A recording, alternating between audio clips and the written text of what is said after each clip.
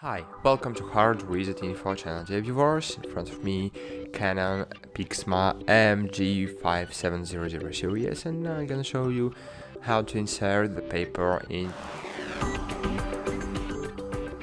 Mostly you need to open this tray, not the front cover, no, not this cover, but this paper tray. You have paper tray here. So just open it and not afraid that you can damage something, you can't.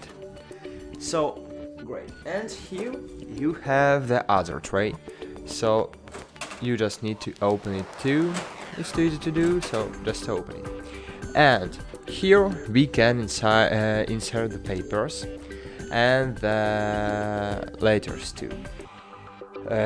So we can insert just normal LTP, so envelopes, and B5 paper and A4 paper.